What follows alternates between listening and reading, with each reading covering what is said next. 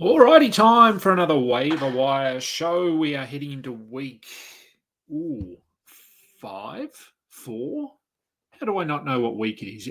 We get lost in it all, don't we? Welcome to Stuff It, a fantasy basketball podcast brought to you, as always, by FanDuel, part of the Old Man Squad. Head over to the YouTube channel if you're not there already and subscribe. Go and download all of the audio versions of my show and all the shows. I'm Adam King. Find me on Twitter at AdamKing91. This is my weekly Waiver Wire show. So we're going to bring you 7 players today. I usually do 8, but today I thought I'd go with 7 players you can consider picking up. Now, obviously, with all these Waiver Wire shows that all of us do across the networks, they're recommendations. We're not telling you have to go and pick them up. It, of course, means who are you dropping? You don't want to drop certain players to pick up other players. So it's all put it all into context.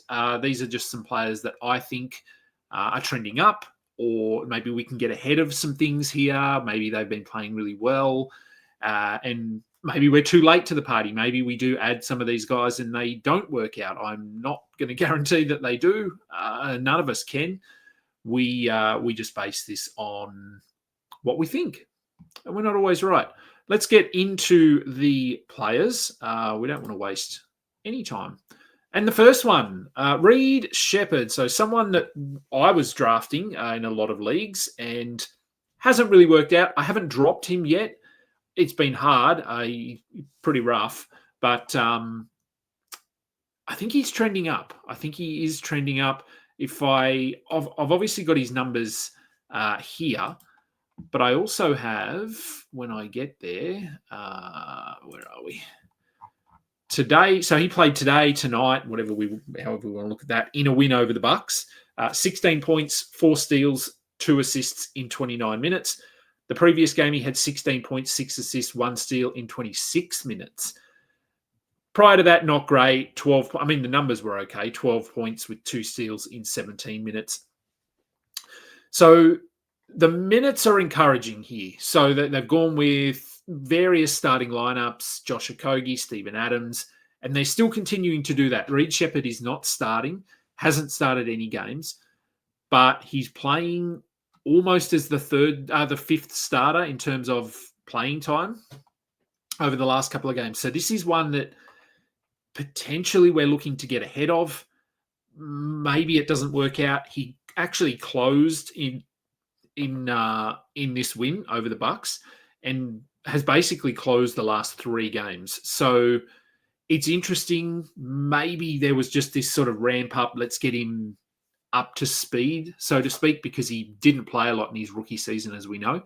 So maybe we are getting ahead of this one. I'm not sure. Now you can see there the ranks, the numbers that we've got. He's the 93rd ranked player over the last week, 105th for the season. And 105th for the season is not terrible. And if we, again, look at that playing time for the year, he's at 21.8 minutes. So if this minutes increase is something that's going to stick and he can get up to 26, 25 minutes a game, then you're looking at a top 80 player.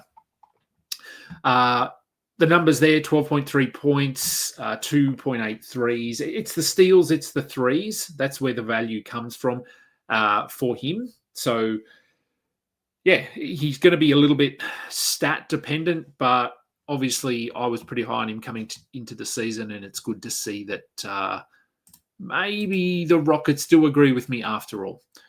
All right, let's go to the next player, Derek Coyne, another guy that is trending in the right direction, and maybe we're getting ahead of it. I've picked him up in 3 leagues, maybe, I want to say.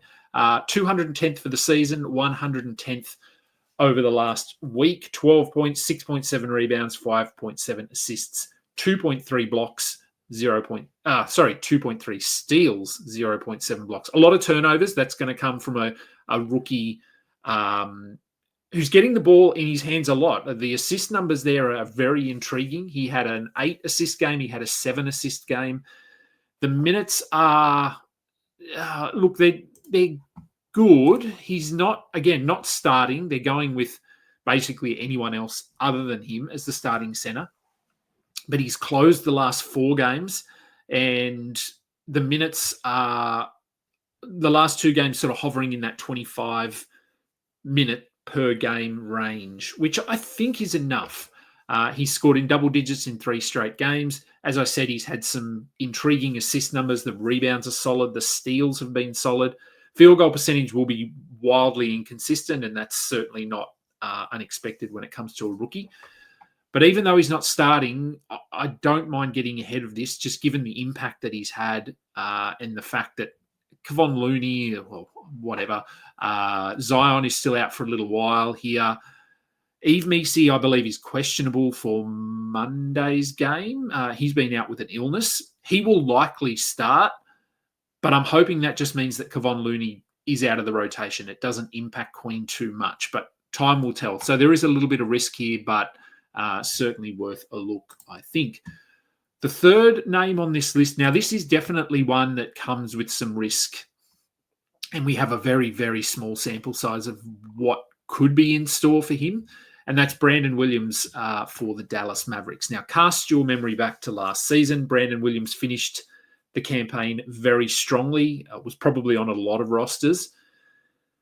As for this season, he was in and out of the rotation a little bit.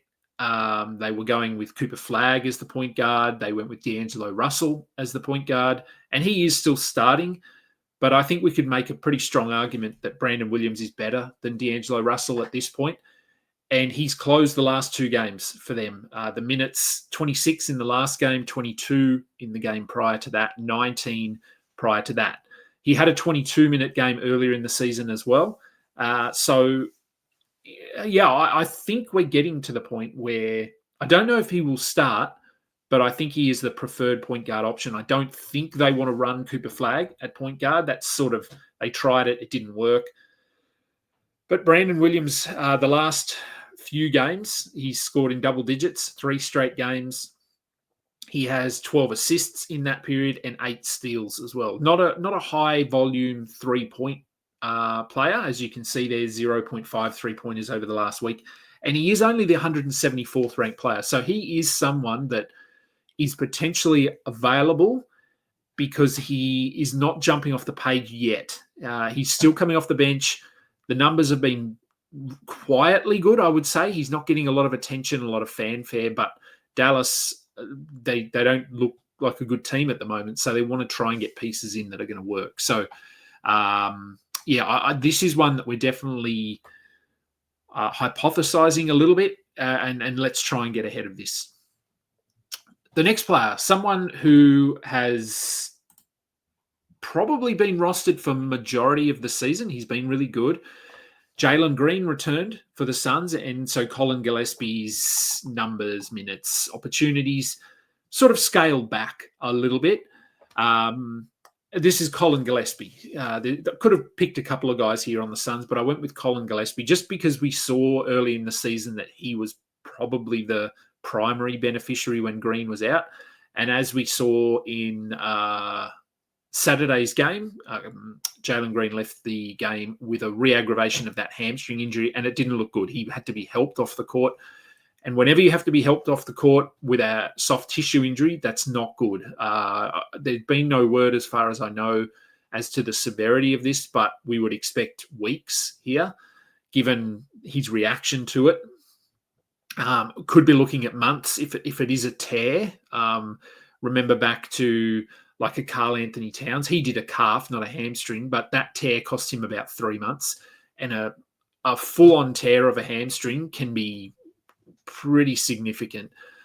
So if Collin Gillespie was dropped in your league, that very well could be the situation here, because prior to yesterday's game, in which he had 13 points, 6 rebounds, 4 assists in 27 minutes, he had a 1-point performance, albeit with 7 assists, and an 8-point performance. And the minutes were sort of down in the mid to low 20s. I think if Green does miss time, as we anticipate here, Gillespie's minutes could push back up towards 30. And there's just going to be more for him to do. Jalen Green is obviously going to be handling the ball a bit.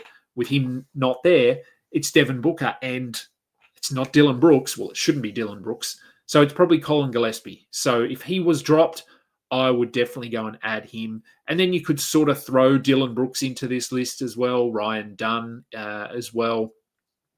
There's a few names here, but I think Gillespie for me is the priority. Okay, let's go to the next player, and that is pretty boring. Kevin Huerter from the Bulls. Huerter feels like he's been on and off waivers for the last 3 years, and that's likely to be the case again this season. But he started well. Kobe White is still a couple of weeks away, or at least a week. So I think you get one more week of this, and that's what we're looking at here, 1 week value. So Kevin Huerter for the season is the 88th ranked player, 127th over the last week. And you can see his points there. His stats, fairly solid. 13.3 points, shooting almost 45%, 1.7 threes, 3.7 rebounds, 3.3 assists, 1.3 steals, 1.3 blocks. Now, the blocks obviously aren't going to stick. But yeah, look, the steals are interesting. He's never been a high steals player, so maybe he can hover in that 1 per game. He's been sort of close to that most of his career, or at least the last few years. So if he can hover in that range with 1.5 to 2 threes, at least until Kobe White is back, he's not going to be very exciting to have on your roster, but he's been quite solid. He's had 15, 13, 12, 7, 12, 18, 15, 11, 15. They're his points totals for all the games this season, which is fine. I mean, getting a guy off the waiver wire that can get close to 15 points a game, I think you have to give him a look, even though, as I said, he is very unexciting. Okay, the next player now, coming off his best game of the season, probably, Naji Marshall for the Pelicans. 30 points in yesterday's game, or depending when this comes out, yesterday or the day before.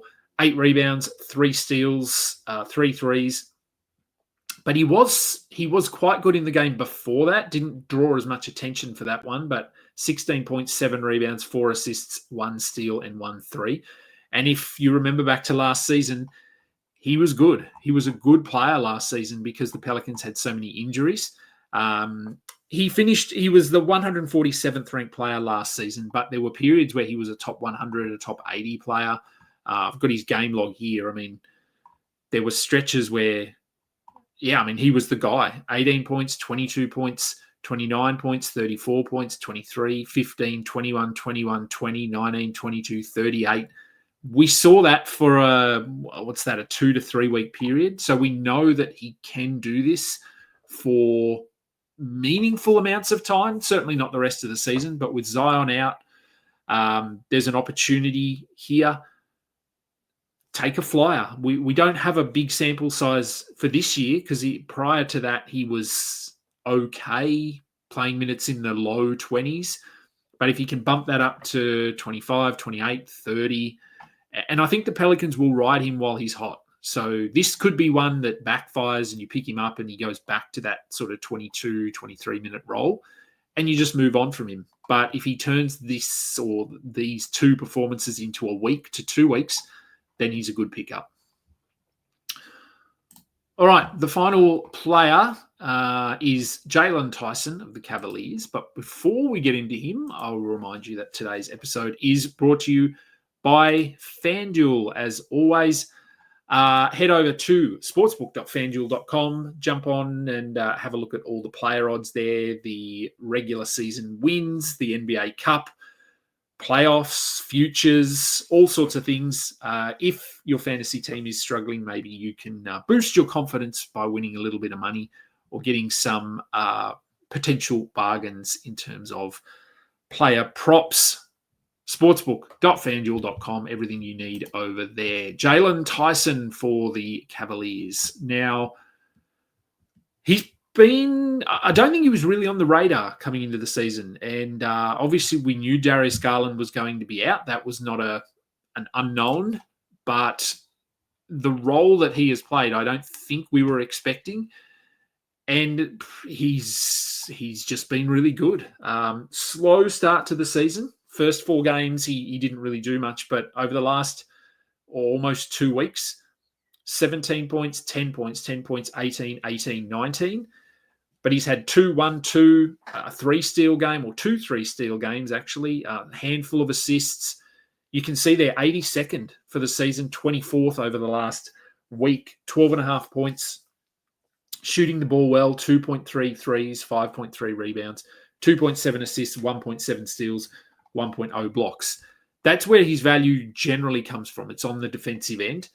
But the offense is clicking at the moment, and obviously opposing defenses are not going to be honed in on him at all.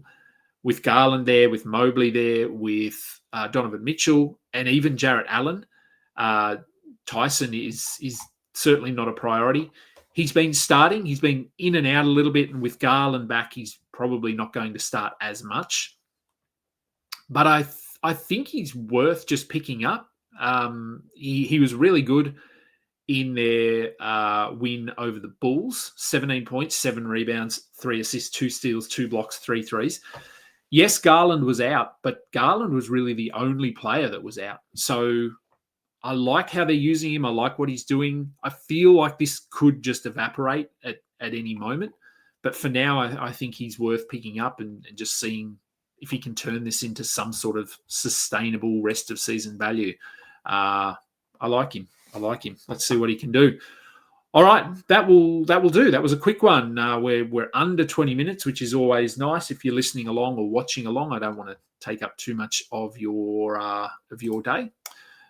A reminder to please subscribe if you haven't already.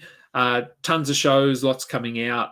Go and find me on Twitter at AdamKing91. Go and follow. All of my stuff is over there. As is Dan Vespris, he gets all his rap things there, his tweet storms, and head to the Discord server as well. I don't really promote the Discord server too much, but lots of people in the Discord channel. So jump in there as well. And I will be back with my mailbag show. I think that's my next one for the week. 2 of those, which I do every Wednesday my time, which is a Tuesday night, sort of Wednesday morning in the US, and trying to capture different audiences. I will have Noah with me this week for the first of those shows. So that will be the Tuesday. When do we do that? Wednesday. So yeah, that's a Tuesday afternoon. We'll be doing that in the US around 3 p.m. Eastern is when we do that one. So looking forward to that. That's always there's always a ton of stuff to talk about there. But I'm going to get out of here. Thank you, everyone, for tuning in. As always, I'm Adam King. This has been Stuff It, a fantasy basketball podcast. We are done.